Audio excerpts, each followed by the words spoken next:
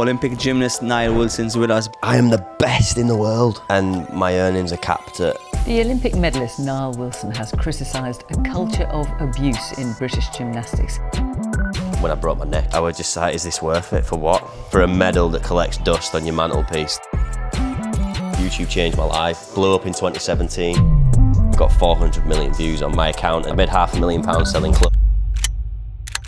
All right, good to go, boys. Shall we go? Ready, mate? Let's go. Nice. Yo, guys, and welcome back to another Bulletproof and Beyond podcast. Today in a very special location with another very special guest, Mr. Nile Wilson. How are you doing, bro? How are you doing, boys? You too. It's a pleasure to be on it. It's a pleasure to be sat here with you boys having a chat. It's fantastic. What a week it's been. Yeah, and it's not even over yet. I know, just the start. Olympic gymnast Nile Wilson's with us. Brother, tell us, how is life treating you at the moment? Oh, it's brilliant, man. It's busy, different. A whirlwind since stopping being an Olympic gymnast. I think that's such a challenging time for an athlete, I guess, when you dedicate your whole life. And I'm just tasting, just trying new things, figuring out who I am without sport, who I am just being Nile, and what I want the next. You know, because it's such a short-lived period. You know, and it's everything to you. Yeah. And the whole thing, your whole life's about that thing. And you wake up and then I was 25 when I stopped. So it's like, actually, realistically, I've got probably another 3/4 left of my life-ish, 2/3 of my life. So what the hell am I going to do now? Who is Nile Wilson at the moment? Who is he? Who is he? He's a good golfer. I picked up golf, love golf. Still passionate about content and creating content, hence being here. And that's my main gig and job. Yeah.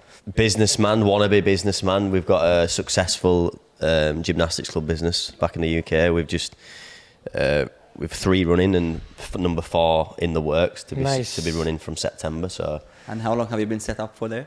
Since COVID, really. Okay. We bought a business in 2019 and it flooded. And then when we were ready to set up again in a new facility, COVID hit. So realistically, only in 2 years we've gone from 0 to 4 clubs, which is super exciting. Got an unbelievable team around me, and I guess like that's always been the passion for me and the thread, just getting people involved in gymnastics, because I think it's the greatest sport in the world, you know. So that's super exciting, and a long-term project that will just go on forever. You know, there's always going to be, till the end of time, children and adults and humans want to join in gymnastics. So I guess that's what we're supplying, and just hoping to build a brand that's game-changing and different. What's really captured you with gymnastics? What was the love story like?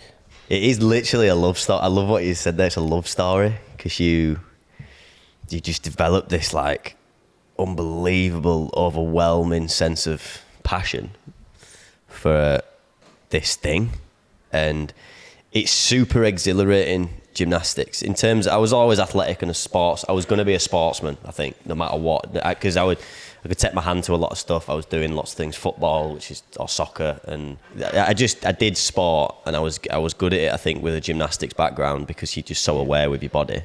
But there's just something about, I always say, gymnastics for me was like the closest human beings are ever able to fly. Do you know what I mean? Like, I can fly, and the fact that there's 6 pieces of apparatus and thousands of technical tricks and skills to learn on those, I just became obsessed and addicted to learning the next trick and getting better and feeling stronger and creating with my body. Like, it's artwork, artistic gymnastics. It's creating art, and you just want to perfect it, and you want it to look seamless and effortless. And that was just, every day I got to do that. Every day I produced adrenaline. You know, like, for instance, unless you're performing, it's difficult to create that feeling, like as a runner maybe, or as you know, everyone to some form, by the way, not taking it away from professional athletes, can run, they can ride a bike, they can kick a ball. Like, you have some form of connection to you have the creative what side they're doing. It's creative physical ability. But not everyone off the street can do what we do, and that's what I loved about gymnastics and the sport, and just lived and breathed it. That from the moment I woke up in the morning. Give us one of your fondest childhood gymnastics experience. It was family driven though as well. Or? Oh wow, yeah. The family support was unbelievable. Fondest experience, I don't know, you have moments where you complete a skill that's because every time it levels up, it's like climbing a ladder. Level unlocked, yeah. Yeah, level Maybe unlocked. off the first like it's like playing a game. Yeah. Got to the next level. Got to the next level. Like and I think there's pivotal moments when you do certain stuff and that are emotional because it's just scary to do these things for the first time. And I think doing a skill on the high bar, which was my piece. It's called a Kovac.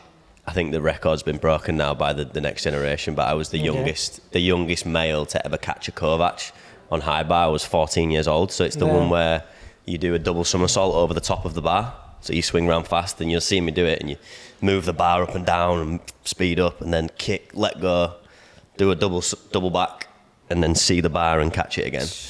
And I remember being 14 years old, when we were on a squad camp.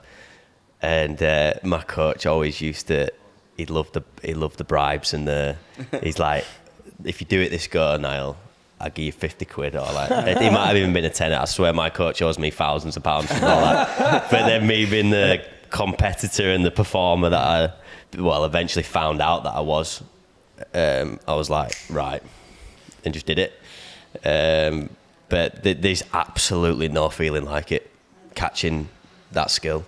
Doing that skill, it's just like you say, you're flying, and at such a young age as well. And I'm proud because I feel like with my coach Barry, that sort of set off a belief in gymnasts around the UK, and particularly even the seniors. Bear in mind that the seniors that were competing in World Championships, Olympic Games, they wasn't doing this skill.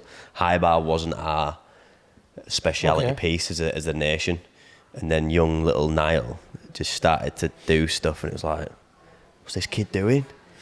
Like, whoa, like, we need to do this. Like, what? I'm seeing it now from a kid. And that, I feel like, sparked just a generation of, now we have unbelievable high bar workers in the UK. Mad. The kids coming through. There's a lad who's done it at 13 now. Yeah. A lad called John. I filmed a video with him. He's just unbelievable. And the level of gymnastics just seems to progress every generation because you can see it. But yeah, it was a cool moment. I feel like I was a bit of a pioneer, particularly on that piece of apparatus, and then made history in my career on there, winning bronze at the Olympics. But really cool. I want to ask you a question. Like usually when we do speak to people like yourself who pioneer some things forward, the help or the backing or the system is not really up to set as it should be until that border is like broken in a sense for the next generation to come and fulfill this mission. Mm-hmm. How were things at your age when it came to the whole competitive scene and the backing? I think I was fortunate enough to grow up in a time where gymnastics just took off. And if I think back to when I was a kid, even into my mid-teens, doing our national championships, for example, it was in a sports hall with our parents watching. There was 50 people in there. You couldn't even fill a sports centre. You couldn't. The seats were empty. Versus now, or the last 5 years, we sell out arenas. We sell out the Echo Arena in Liverpool every year for the sport that I did and loved and grew up in. So that it was such a journey, and I think it's always tough when you're thrusted into that environment at a young age, which is hyper competitive, high pressure. Yeah. Very high pressure, no? Yeah, very, very, very high pressure, and not just like it's getting there as well. Do you know what I mean? Like, you have to do the training and put in the work and be the best and prove that you're the best to get a slot in a team. There's only five males and 5 females that go to Olympic Games across the whole country. Yeah. So it's pressure, man. Yeah.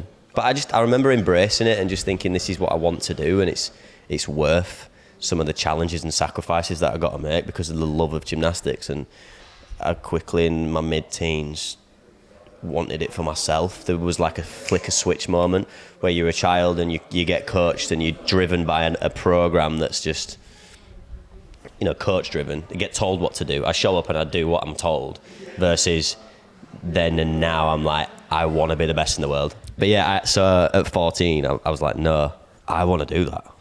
Like, I want to be the best, and I actually am willing to do everything I'm told and more, and figure out what more I can do. Like eating better, is that good for me? Sleeping better, what's recovery mean? how do I train better? How do I train more efficiently? Why is he doing that skill and I can't? And how do I get there? You know, when it became self-driven, none of the other noise around it mattered. Yeah. Do you know what I mean? That happened when you broke the record, I'm assuming. That was the time you realized, like, Well, a similar I time. can't go all the way with this type of thing. How old were you? Like 13, 14? You said like, I'm not really interested in school. I want to double down like in gymnastics. Like when did that like really? It was around that age. Lots of changes happen. You're going through puberty as well, and Yeah. I'm growing. I'm getting smarter. It's coming to a point where school, it's like, I left school at 14, 15. I wanted to pursue it, and I made that decision. So yeah, then it Was your own decision? Like how did your family take it? look, you always, decisions like that are made with your family, like you and your family, and there's challenges with it. My mum wanted me to stay in education. She's like, because it's scary. You don't know whether you're going to make it. The odds of me making it as an athlete and a gymnast are so low. Yeah. And at Particularly 13, at 14, you're not 14. making any money, you know? It's a parent's responsibility. Yeah. So to do my mum's you know? like, he needs a backup plan. Yeah. My father was more like, well, he can go back to school. You can always go back. Yeah. He's not going to get this period again. Yeah. So like, how? And gymnastics is even more like that. Oh no? gosh, yeah. You train from 14, 15. I was doing 30 plus hours a week, 2 sessions a day, like no school, training 12 till 3, then 4:30 till 7:30, like some days 6, 7 hours. Yeah. That was the real, like from 12 to 18, 19. Those were the grafting years, like the hours and mileage and more because you have to learn all the tricks. Yeah. And then you sort of get to a period where physically you're peaking, you've stopped going through puberty, you've stopped growing. You've Yeah. got a physique that's consistent, Yeah. and you've learned enough tricks to win medals at the World Championships. So it's just about then peaking your body at the right times and being a professional and like getting everything ready. But no, yeah, I just loved it, man. I'd really, really look back with like, there was some tough times in the sport, as we know, and you've heard, like, there's a lot of animosity around it, being a negative culture, which it was, by the way, which is fine as well. That was just the system and the way we were brought up. What do you mean the negative? Lots of like abusive and bullying and consequence driven and just not a great environment. I had seen some documentaries on. You've got your athlete A, things like that. I mean, they've really highlighted that, and the sport's on the cusp and started to change completely 180 flip, which is brilliant. But you realise that we lived through something that probably wasn't healthy, Yeah. which is fine. Like, I was just having this conversation outside with Goose, and it's part of who you are, and I wouldn't change it. And there's, it's made me into the person I am. What's the philosophy now with the Nile Wilson Gymnastics Club? Yeah, you're so right. So then moving forward, like, obligation for me to, because I know it's the greatest sport in the world and it brings so much joy to children and adults. And we saw Like, that yesterday. That was You know? special day yesterday, and we'll talk about that. But just having a healthy, happy, hungry environment, and who knows why can't results be even better if it's positively driven? Do you know what I mean? Yeah. If it's through love, not consequence and fear. And I think the sport's changing, and that's what we deliver in our facilities and leagues. I think you have to find the balance, because you were saying it yesterday when we were doing the obstacle course. It's like very important that there's no participation medal. So you have to find a nice balance between competition and love. Yeah. Because sometimes it's like when, like I feel like the culture nowadays is like everyone's a winner and like we're all winning the participation medal, it's all love. But how do you manage to find the balance between keeping it competitive and like if you lose, you're like, you need to do better, versus then like not going onto the borderline where it might get a bit toxic. So I think there's two things to this. I think what you're talking about are slightly aligned, but you can be hyper competitive but in a positive environment. So I think from a coaching, how we deliver gymnastics and how you teach kids and communicate with kids is one thing, and I think that should be happy, healthy, creating passionate young kids.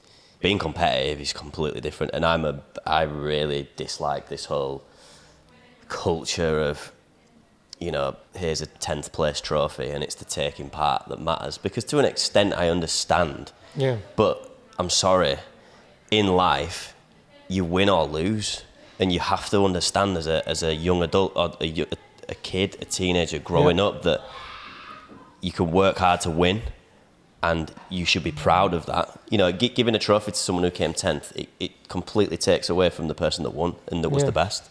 It does, doesn't it? Naturally, as it probably makes the person that gets the trophy from the 10th place feel like they don't deserve it. It just doesn't make sense, and the balance is tough. I was always incredibly competitive, and I knew it was driven from me and my dad. Like, my dad would never ever let me win anything. He says, never let your kids win, Niall, never let your kids win.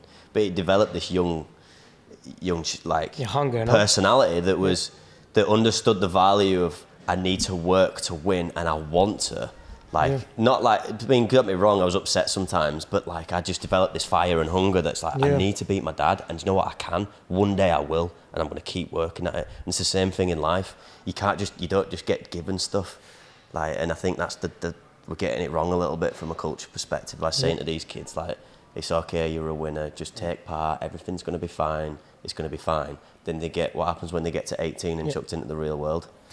Niall, what you're saying is super, but you went through something a lot harder than losing a competition. You know, you had your career almost completely thrown out the window because of an accident, and that is the true testament, I think, of your mindset. So maybe you just want to open up about that process for you. Yeah, for sure. Like, I think getting punched in the face metaphorically is part of life, part of sport, and you know, when I broke my neck, it just sort of flipped it upside down. I had neck surgery, disc replacement, fusion, and it was at a real point where, like, I was probably at the peak of the stuff that was going on for me, and felt like a real, like, I had unwavering belief in my potential to become an Olympic champion, like, incredible. And yeah, like, take us through a bit of context for maybe people who might not know exactly the journey. So 2016, 2016, I won bronze at the Olympic Games. Yeah.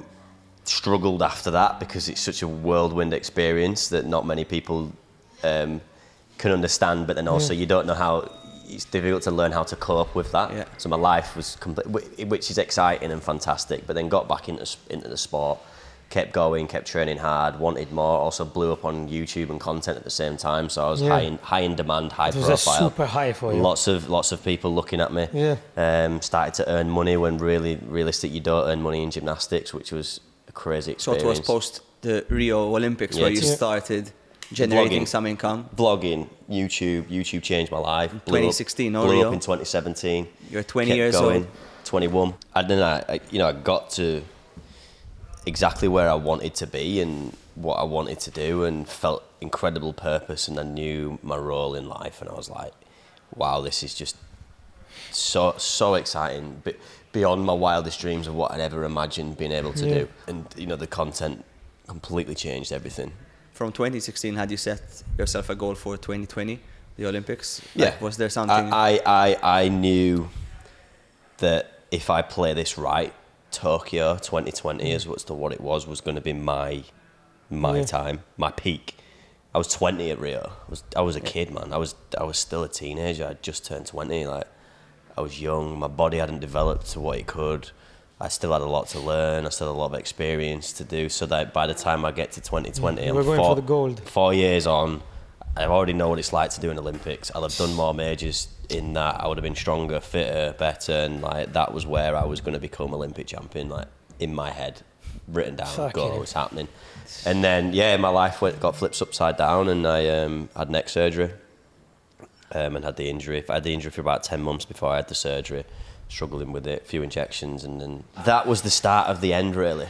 You know, like, I didn't at the time, because I've had many surgeries before and like lots of rehabilitation processes, and they're mentally tough, and you become a stronger person for it because it's so hard. It's like you guys, I know I've met you two, and I know you so well. Like, you love this. You are found your passion. You know what you want. Yeah. You're winning. You are. It's like me tomorrow saying, "Sorry, lads, you're not allowed to do any of that now. Yeah. You've got to stop. You've got to stop." You might be able to do it in another 6 months, but right now you can't do it. You've got to put it on the back burner, and you've got to figure out how you stay happy and build your way back to getting back here.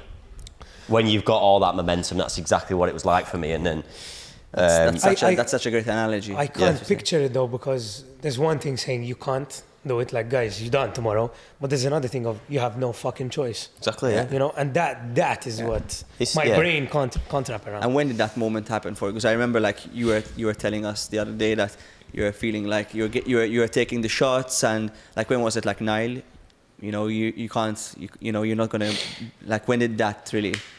So I got back. I did what I do all the time, and just hyper obsessed. It's just like, doctors told me I couldn't do it. That's brilliant. I was fueled so much by people. As an athlete, you're like, fuck them. Yeah, by people. You tell me I can't do something, that's the best thing you Yeah. could ever say to me. Honestly, that was my mindset, and I was like, yeah, watch me. And to be fair, 3.5 months post surgery, I had another scan. I completed full fusion, which the doc said it's unheard of. He's never seen it before. So my spine had fused. So like, basically what it is the metal cage is replacing the disc. Then naturally your body, the bones grow all around it, and it just becomes a solid. Yeah. I don't know how your body does it. It's cool. It normally takes 6 to 10 months for fusion to happen, and then another 6 months for you to be okay and living every day. You did it in half so the time. I did it in 3.5, just under 4 months, and then I was ready to compete. So when he gave me the green light like that, he's like, Niall, structurally you cannot hurt your neck anymore. It's solid. And so, did you have so he just went, good luck. And did you have the 2020 Olympics in your mind? Like, Oh God, yeah, I was still. You were still- Timing wise, I could still have done it. Yeah. Because this was February 2019. I still had 18 months. I mean, hindsight's absolutely wonderful for everyone, but as an athlete, I was then ready to compete maybe a month and a half later, so like 5 months post surgery. When you say ready to compete, did you? So the mistake I made was I didn't want to just go to the London Open or whatever comp it was and do a couple of apparatus, show that I'm back, shake everyone's hand, think, yeah, Niall's doing well, he's competing again. I wanted to go there, do everything and win it. Like, I just had this, that's what my nature is. You know what I'm like. So You're obsessed with that, I was obsessed with the feeling of standing on that podium 5 months after neck surgery and winning and being better than everyone. And that's the mistake that I made, because then the week of that competition, and I don't know whether it was just because it was overwork or it was too much, it was too soon, I got nerve damage from the area of my surgery that supplies my shoulder, my serratus anterior, which is it's a stabilizer muscle near your lat under here that stabilizes your scapula, that gives you the strength in your shoulder. Basically, the nerve had just gone. To this day, I don't know whether it's dead or it died or whatever. I woke up, I had a bit of pain. It was like, ooh, strange after training. The next day I went in and I couldn't do a handstand. Kicked up to handstand, my arm just collapsed. Mad. And I wasn't in pain. It just didn't work. And then that was the point. That was the exact point where I thought, I'm fucked here, because this isn't just the doc's told you, you know what's wrong, you're going to fix it, he's going to go in there, perform the operation, you're going to have a period of time, and then you're going to be a Niall again. This was like, my brain is not Niall. I can't do a handstand here. Not because of pain, not because of I've had an operation and I'm sore, because my brain literally won't make that muscle work that's worked forever. And again, that was such a bad period for my mental well-being and my mental health. I went off the rails and really was just angry, upset, confused, uncertain. And still, I tried and I thought, I'm going to do it again. I can do this. I can figure it out. I will figure it out. I'm going to do the Olympics. I can do it. I'm going to win the Olympics. And then it was just never the same, boys. There were tricks that I couldn't ever, as time went on, as months went by, I knew I was never going to be really able to perform them again. Could I have put together, not average, but good enough routines to perform the Olympics? Yes. But was I going to be the guy that I knew I was going to be able to fulfill my potential and be the best in the world? Probably not. And then one thing led to another, my body kept barking back, and then all of a sudden I've got bulging discs on the level above and the level below where I had my surgery, which naturally that's what happens. It puts pressure when that bit of your spine now where you had a squashy disc and it moves, it's rock hard now. so it naturally puts pressure above and below. Yeah. And I just remember my surgeon calling me and he's just like, look, Niall, you're heading for needing another level doing.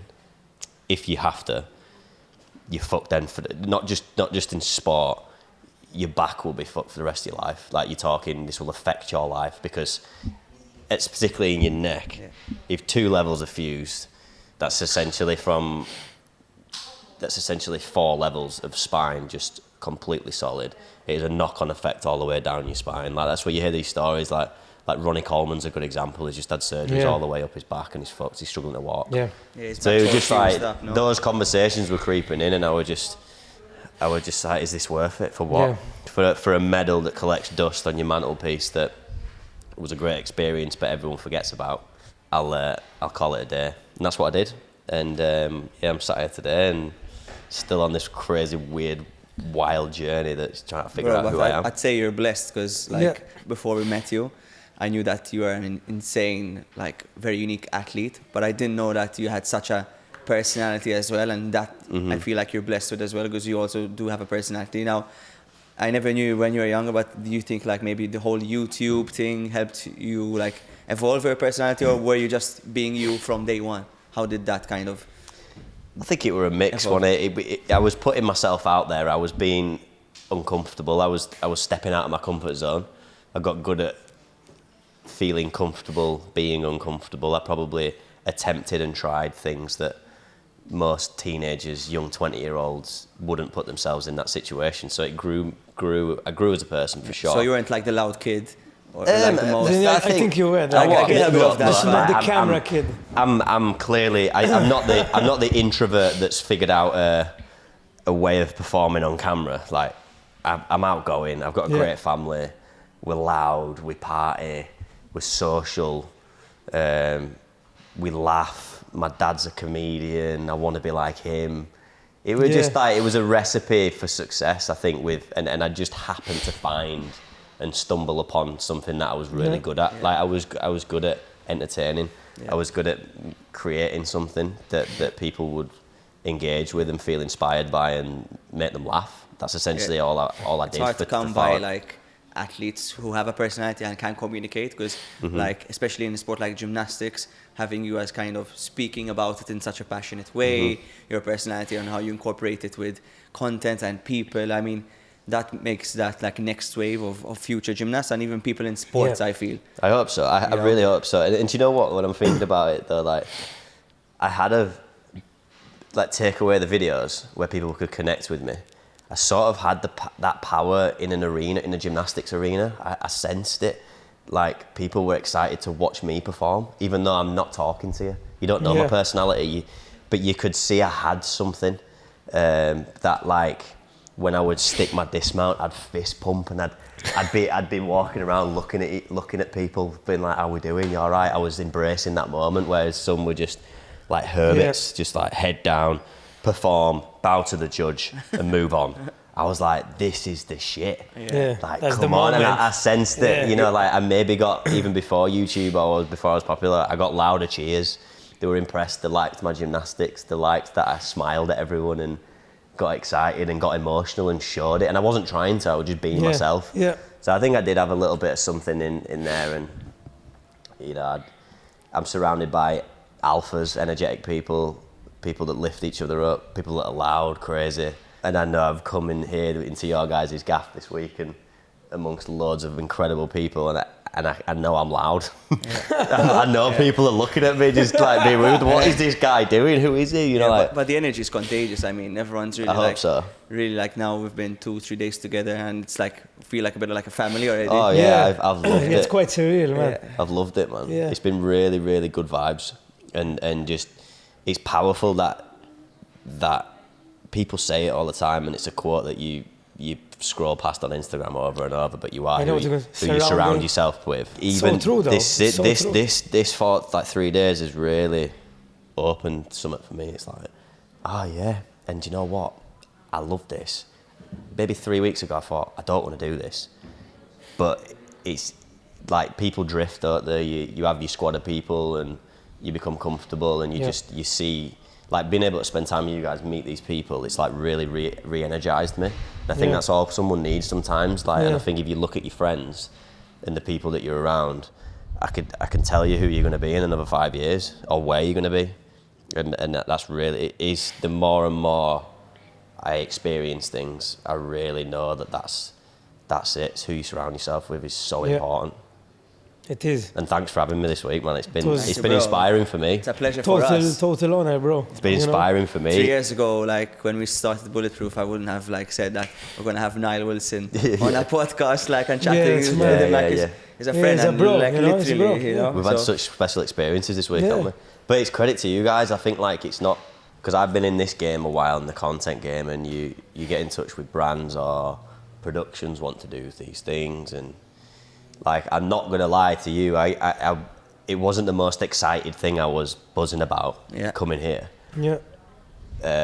Before I came, but it's just credit to, I can see you guys as people. You're incredible lads. You can communicate well. You know how to make people feel good. You know how to look after people. What you're doing and the experiences that you're giving us this weekend is so special. And it's not even about the viral content and the money that it brings. It's just like, this has been fun, and I want to do it again, and I will do it again. So you're gonna have a future with me and these other guys, and that's maybe what some people are missing when they're trying to build a brand or a business. It's just 1 + 1 = 10.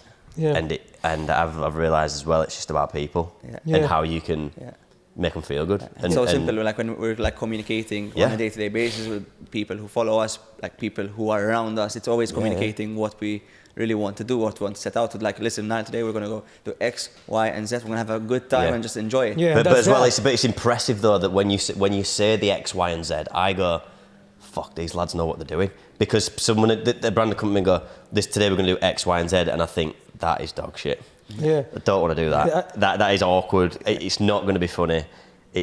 I don't think it's going to sell your brand as well as you think it is.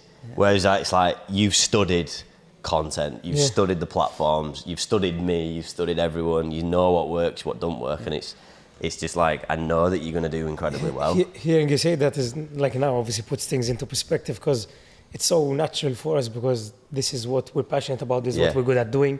So it's like things align, and the whole aspect of the whole weekend and everything going so smooth in that sense puts things into perspective on how these things sometimes aren't done or overlooked. It's quite crazy, because it's so normal, like, for us to... now you're in the rat race, you know? you're in the bubble, you go in and you'll be going for another year, and you'll wake up and go, like last night we were chatting about, we were like, how the hell did we get here?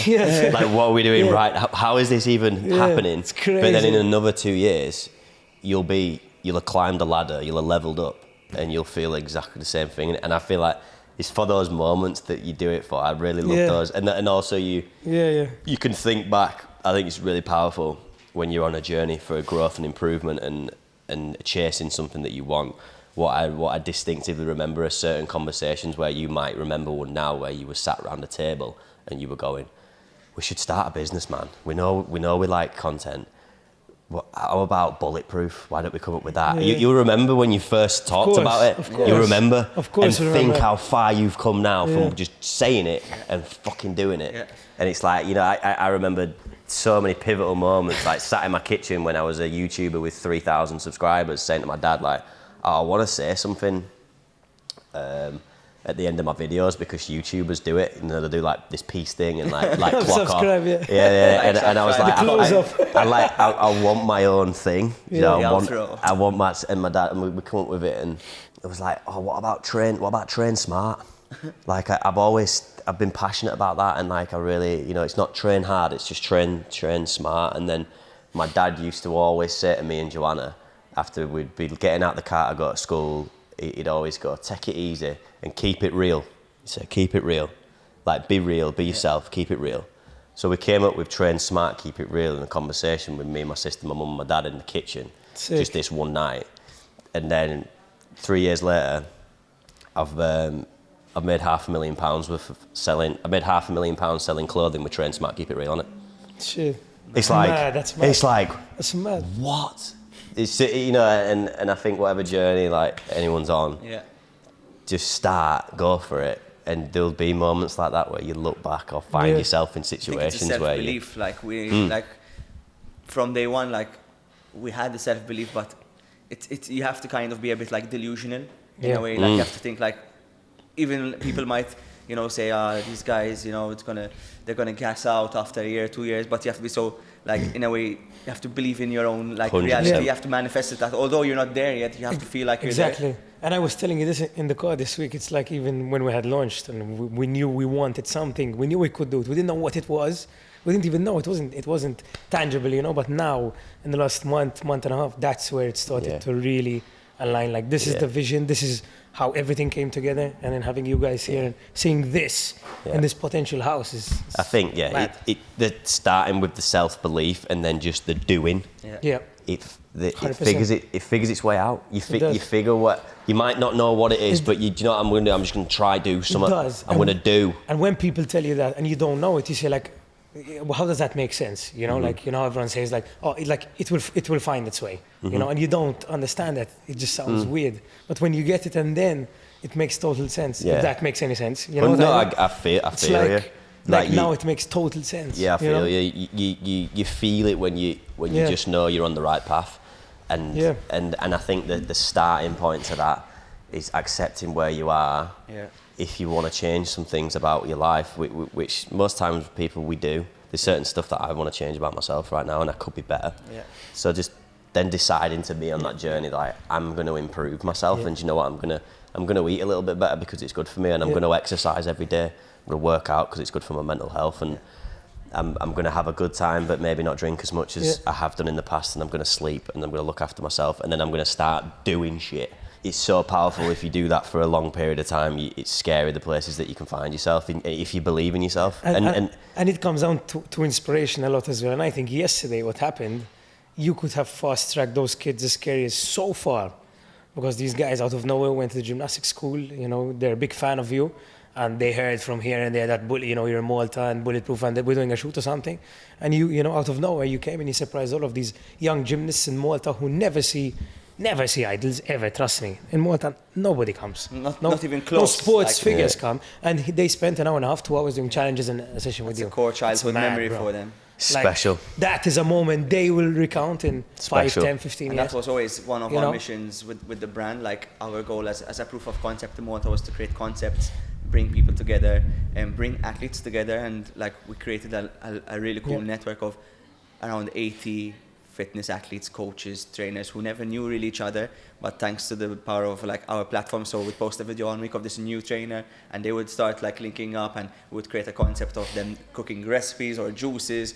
Or we had done this concept like two months ago called Gym Dates, where we got gym bros and gym girls who were feeling like they needed to try like find the right people to date, and we created these like quick speed dating gym dates. So we're trying to kind of make fitness fun, sexy, entertainment, and like, because you know, sports is usually, they see it as an athlete, fitness they see it as a training, but we want to give that entertainment, that education as well, and that whole network and link together. I think there's one really important word that really makes sense to me now as a person, as a brand, is creating an opportunity.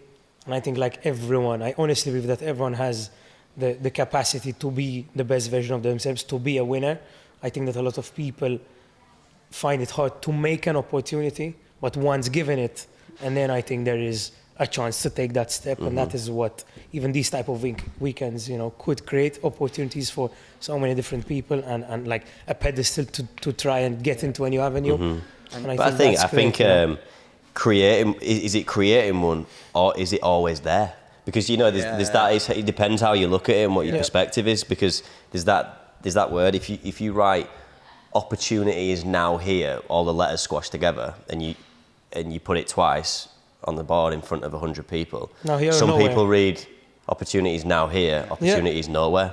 And I think that's been a big eye opener for me, and something I've lived and died by, like how you see things and your self-talk. Like, we talk to ourselves 50,000 times a day. Think like, about this for 5 years, or just start to what's the dialogue up there for 50,000 times a day? You know the voice. It's your own. Is it your own accent? Mine's my own Leeds accent in my head when I'm talking to myself. I can hear myself talking. It's Nile talking to Nile. It's Nile talking to Nile, and that could be 50,000 of I can't. Get out of the fucking water. I'm tired. I can't. I'm tired. This is shit. I'm bored. negative cloud, blah, blah. Or it could be, come on, I can smash this. What should I do now? I could do with some energy. I've got energy. No question. I'm gonna go for it. I'm gonna smash it. And like that's when opportunity is created. Yeah. Because it's right in front of you. But now you're gonna do. You're gonna just you do. make it. It's like when they go, what would you say? What would you say to yourself, to your 14-year-old self, Niall? And I'd just say, brother, just make stuff happen.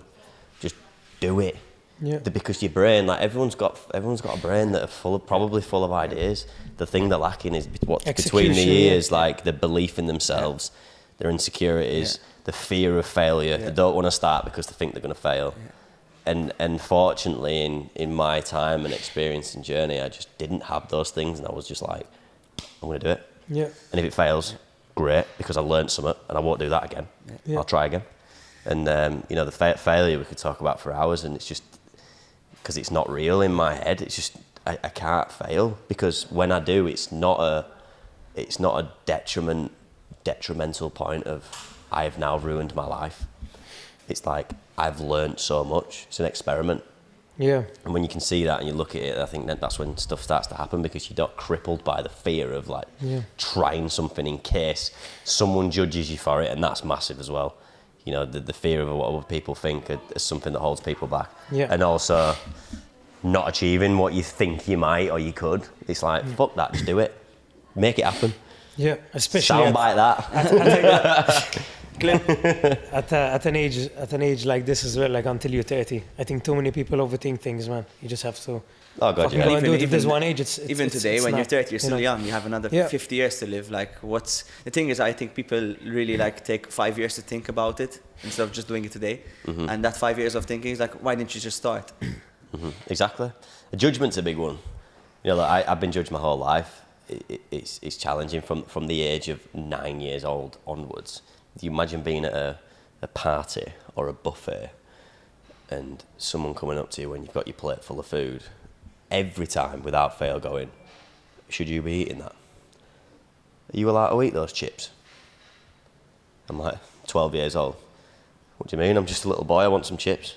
But because you're an athlete, you sign this unwritten document that says now you are a role model, you are healthy, you don't do any bad things. And I never asked for that. I just wanted to be the best gymnast in the world. Yeah. But there's this like alienation of like, let's put these people on a pedestal, like they're not real human beings. Yeah. And can you imagine when my mental health was in tatters and I was depressed and anxious every day, and the only way I could escape from that is to drink alcohol, and I started smoking cigarettes and doing stuff that I didn't want to do. The pain from the judgment I got from other people. And I think what I realised is those that do that, those that point the finger and go, that is disgusting, you're smoking a cigarette. Do it themselves. They judge themselves. If you can judge other people, you can definitely judge yourself, and that's not a great mental place to be in and a spot to be in. It's always going to hold you back, because you're going to feel guilty and not like yourself very much, and not potentially go to the next level. Yeah. Clip that as well. Yeah, clip all of it. Niall, it's 2023. You're in Malta. What's your plans, bro? Where do you want to take things in the next coming years? I've got some incredible projects, some fantastic opportunities. I want to keep smiling. Yeah. My new little thing is the golf. I joke about it. This I'm a gymnast, I'm an athlete, blah blah blah. I think I love my fitness vibe is just like comedic.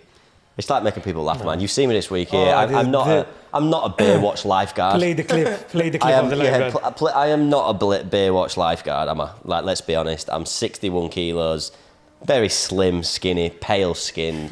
I don't lift weights. I don't really work out. I film silly gymnastics videos.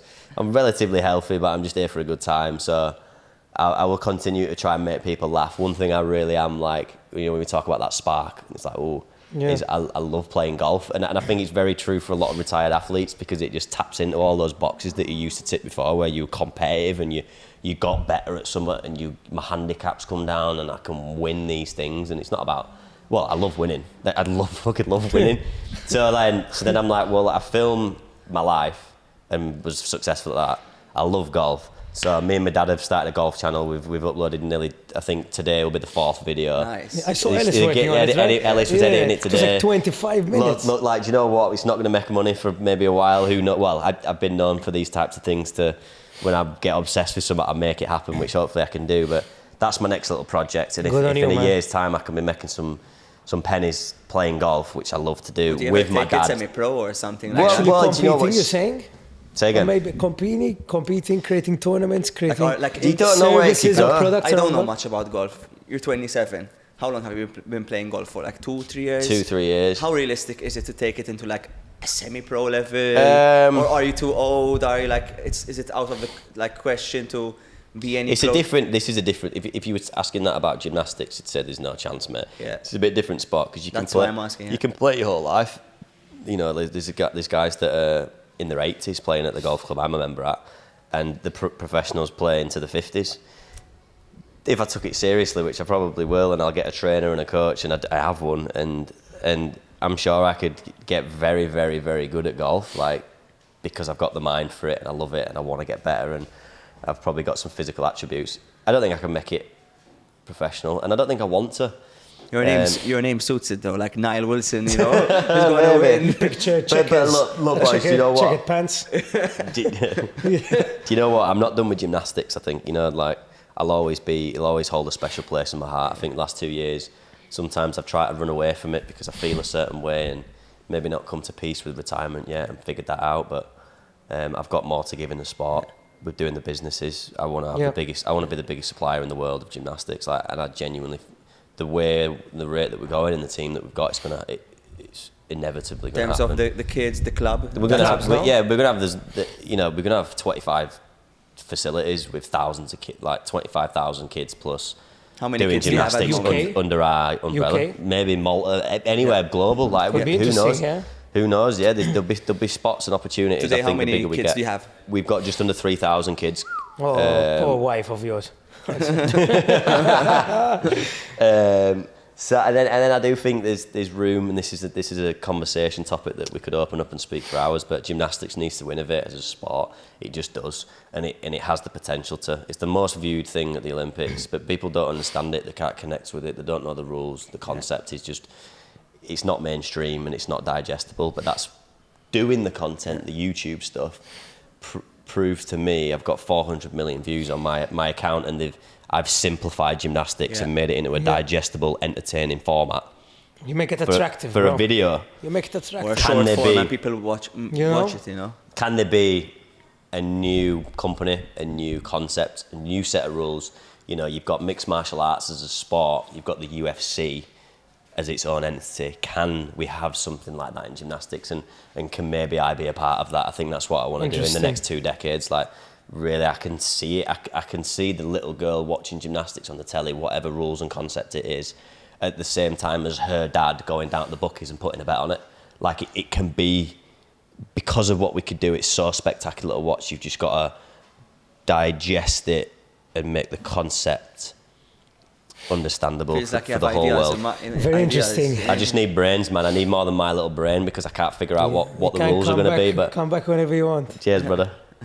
That's very interesting, man. Very interesting. But it's good to understand. Like, I feel like I'm learning a new part of you as well. Like that visionary feel. I feel like you're always hungry. You have this nature inside you, like more than obsessive. It's like you see something that maybe people don't see, and it's like, I am understanding this kind of wavelength of, okay, gymnastics has been around for God knows how many years. It's time to like maybe add a new element where it's gonna become cool again. Give it a new twist. You know, It's a marinated idea.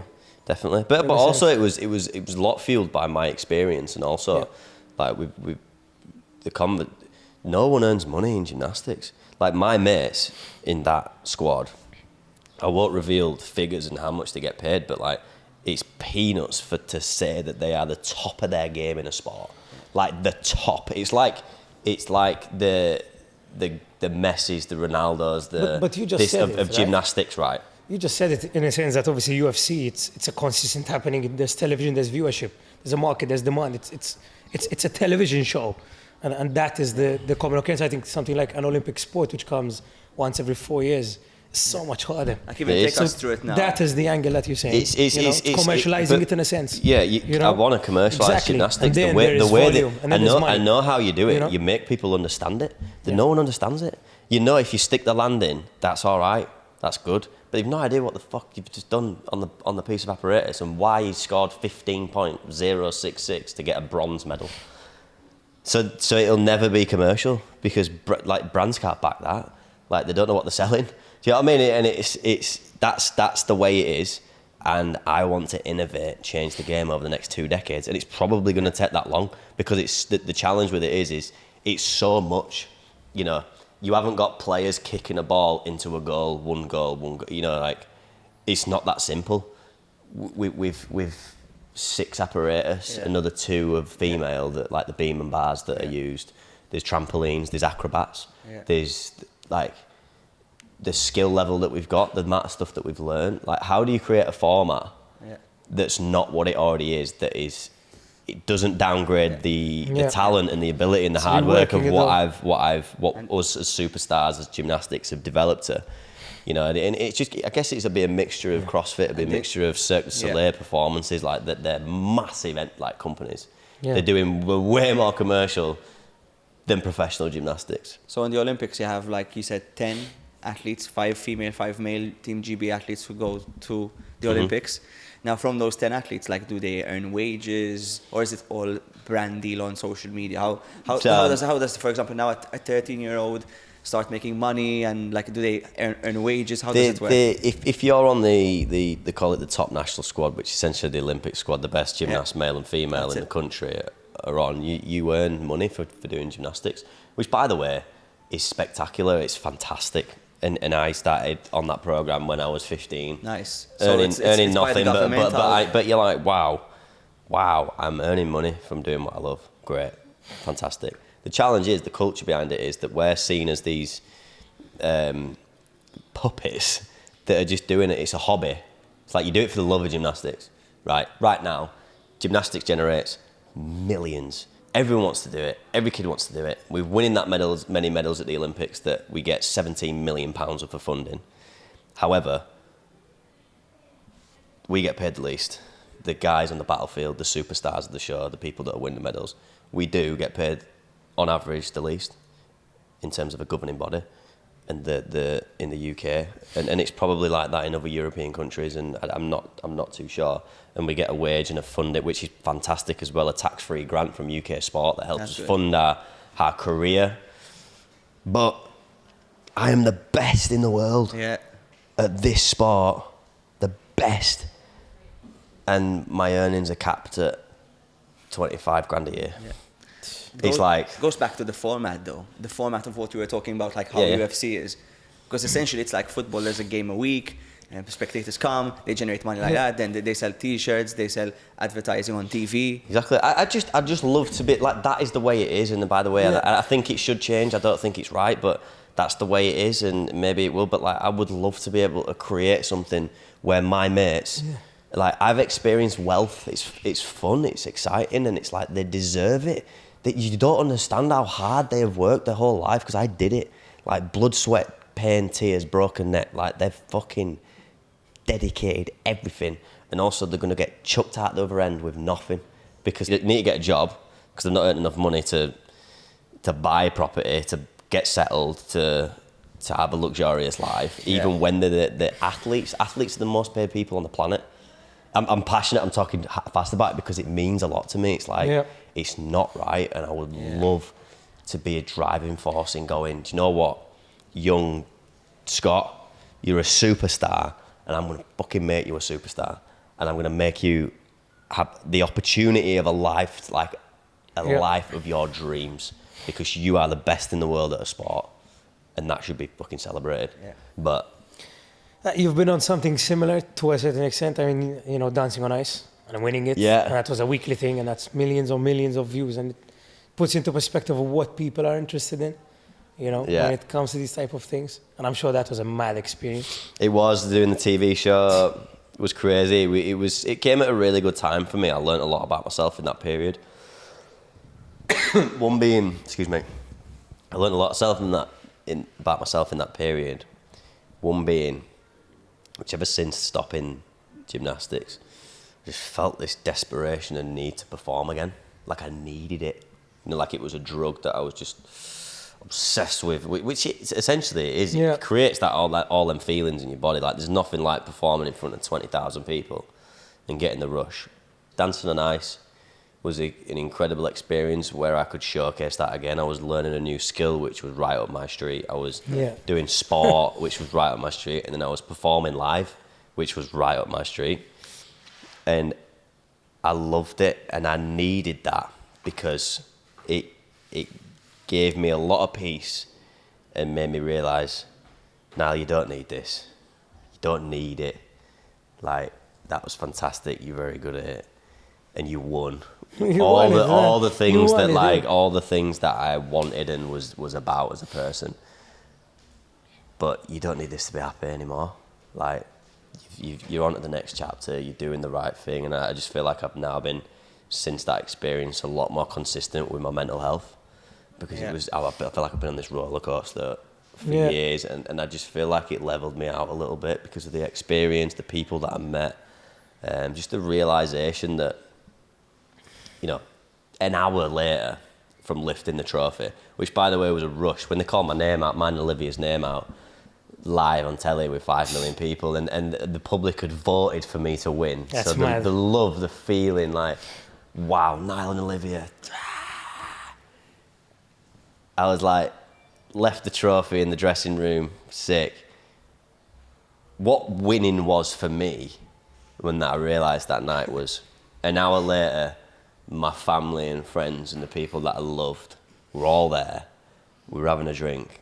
They were proud. We were smiling. We were laughing. Like, I was like, actually, that trophy is not what I need. I've got it right here. Do you know what I mean? And that Big would, words, I remember, bro. Big like, words. that I remember it. It was like it hit me, and like someone knocked me on the back of the head, and I was like, "Fuck, all right."